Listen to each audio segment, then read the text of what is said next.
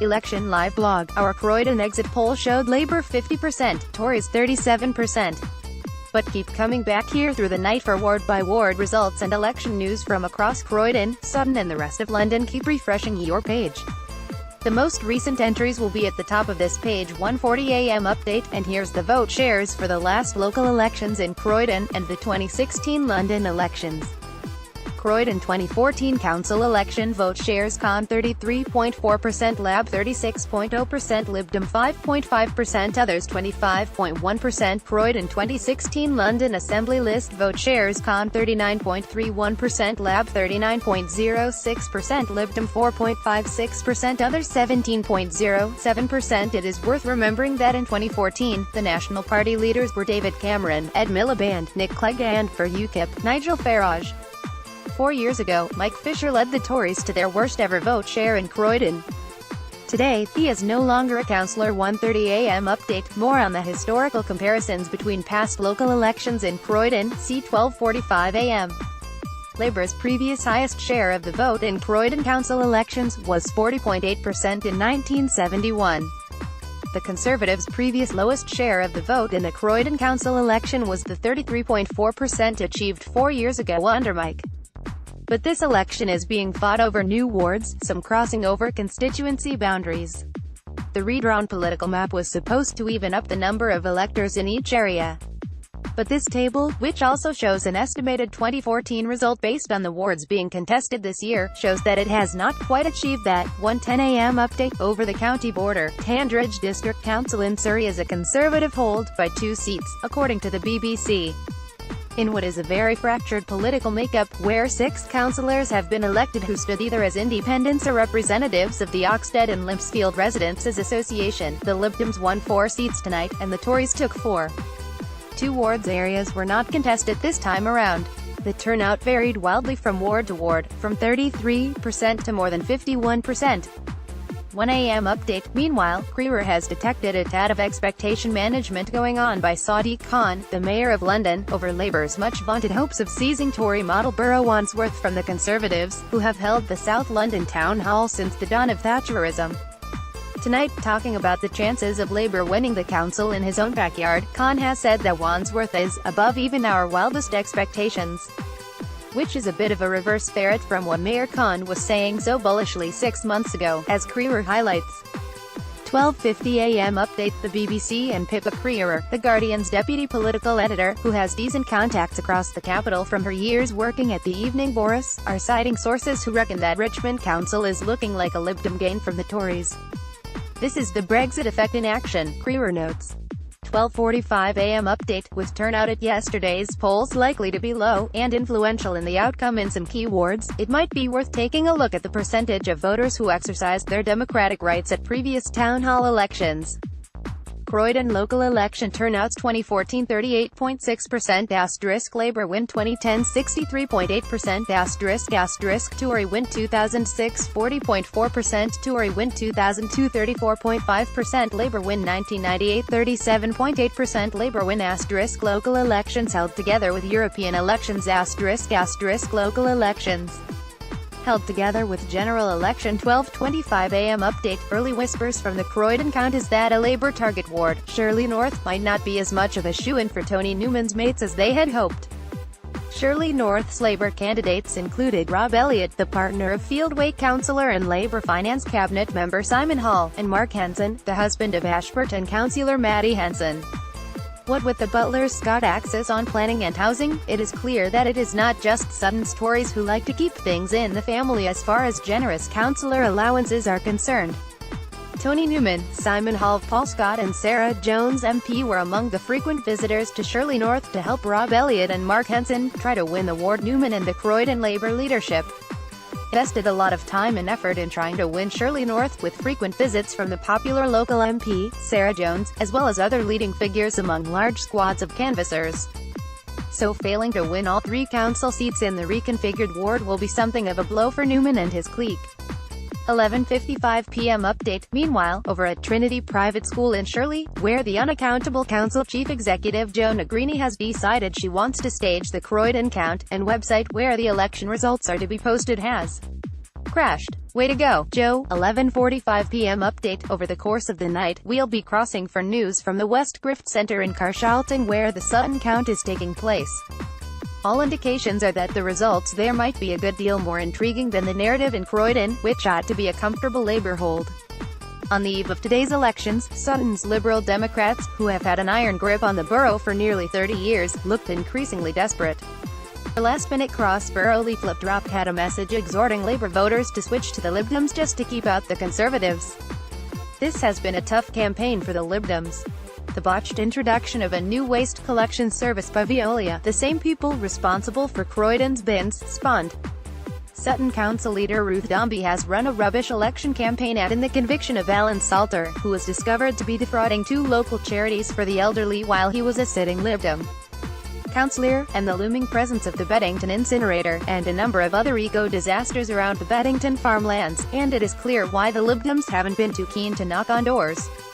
Their desperate trump card has once again been St. Helier Hospital. Some rather dodgy claims that the council invested in the hospital by contractually forcing the hospital trust to spend the money on refurbishment look set to be thoroughly debunked and complaints made. Despite the LibDems' overwhelming majority on Sutton Council, until Thursday, they held 43 of the 54 seats. The fact remains that many of those wards were marginal in the 2014 elections, so it would not take much of a swing in several wards for changes to be seen. The opposition parties hoped for a high turnout. This is the key to denting the solid LibDem core vote. As usual, all parties are claiming a high number of vote pledges. In central Sutton wards, all parties are expecting victory, which probably just tells us that the electorate occasionally tells fibs too. The biggest threat for Labour in Sutton, after a very strong campaign reflecting the party's growth across the capital, is their likely inability to get out the vote, especially the youngsters who have become supporters in the last couple of years. 11 p.m. update. Survation has now published a deeper breakdown of its exit poll figures. They say, John Elegan's implausibly long and detailed borough-by-borough guide to the London elections for the excellent City Metric blog had the following to add about Croydon, even having the author of How to Lose a Marginal Seat canvassing with Croydon Tories may not have helped local leader Tim Pollard, although historically safe Tory, the borough's combination of leafy suburbs in the south and grittier, more inner-city patches in the north has recently turned into a proper marginal. It's also tended to run ahead of the nation, going Labour in 1994 and switching back to the Tories in 2006. Station continues, Croydon has 39 Labour councillors to 29. Editor's note, figure corrected by Inside Croydon, Conservative. So, while not an electoral scalp, if Labour does not do well in Croydon, the prospects for Labour in boroughs they seek to turn red would look dimmer. We'll be keeping an eye on Wandsworth, Westminster, Kensington and Chelsea and Barnet through the night. Survation said, so we polled members of the public in Croydon today, May 3rd, using a large pool of landline and mobile telephone records for residents and found the following, adjusted for likelihood to vote, with undecided and refused voters removed. Can I ask for which party will you vote? You voted in your Croydon Borough Council elections. Labour 50%, Conservative 37%, Green 4%, LibDem 4%, UKIP 2%, others 2%. Those results mean that Labour are down nearly 4% on what they polled across the borough in last June's general election, though the Tories, too, are down by 2% on their 2017 votes, when Gavin Barwell lost his Croydon Central seat. Whatever happened to him? 10:35 p.m. exit poll. The returns have been counted and weighted, and the Survation exit poll of Croydon voters, carried out today, predicts a significant win for Labour. Labour 50.3%, Conservatives 37.1%. Such an outcome means that Tony Newman retains control of Croydon Town Hall, with a slightly increased majority. Those figures suggest a swing from Conservative to Labour from the 2014 result of 5.3%. Shirley North, a Labour target seat where 2 candidates are partners of current councillors, could be close but might end up being a split seat between Tory and Labour. At this point, based on the Survation polling, we are predicting a town hall for the next 4 years starting with Labour 44 seats, Conservatives 26 seats. 10:20 p.m. update. We've been running a sweepstake inside Croydon Towers these past couple of weeks, ever since we got the news that Winston McKenzie, like a punch-drunk boxer, has lifted himself off the floor and was swinging in an election again. Null point. Winston McKenzie, as our loyal reader will know, has never won an election. Indeed, he's often finished last among the candidates. On one occasion, he managed to pull fewer votes than someone who had withdrawn from the election. This year, having started a new political party membership, too, he was standing in Sutton ward today. Will he, like a Norwegian Eurovision entry, get NUL points? We reckon he might struggle to get 30 votes. What do you think? 10:10 p.m. update. Earlier today, responding to our latest coverage of the Scot-free leaflets in Woodside, and a rather scary picture of the chair of planning went out on the campaign trail, our loyal reader asked whether we could find a more flattering picture of Councillor Paul Scott, the architect of Labour's boundary changes strategy and controversial chair of the Planning Committee. Will this do? 10:05 p.m. exit poll. We are waiting on the finalized details from the borough-wide exit poll, but early indications suggest that the vote in Croydon is much closer than might have been expected. If that is confirmed at the ballot box, it means that despite the London-wide swing to Labour and the wave of Corbyn mania, somehow Tony Newman and his Blairite cabal in Croydon have managed to reduce the political advantage locally, factors such as Brick by Brick and the scandal around the borough's children's services clearly having some traction with voters. Suppose it gets the message across. Sort of 10 p.m. update, and that's a wrap, quite literally outside one central Croydon polling station. Early indications suggest that in Croydon, despite the warm spring day, turnout has been low. One polling station in the north of Fairfield ward, one of Labour's target wards, was visited by just 43 voters in the first 4 hours of polling. And low turnouts tend to favour the Conservatives. But would that be enough to turn around the Tory misfortunes of last year's general election? Then the vote shares across the whole of the borough were Lab 53.95%, Con 39%, LibDem 3.53%, others 3.53%. One unknown factor which could hit Labour prospects is the predicted collapse of the UKIP vote. In 2014, the local elections were held on the same day as the European elections, and Kippers picked up a chunky vote share, more than 20% in the wards in New Addington and 18% in Sutton, making UKIP the Tories' scapegoats for the loss of seats in those wards. 4 years on, with Brexit looming, UKIP have managed to field just 8 candidates across the whole of the borough. So where will all those Kippers from 4 years ago have voted today?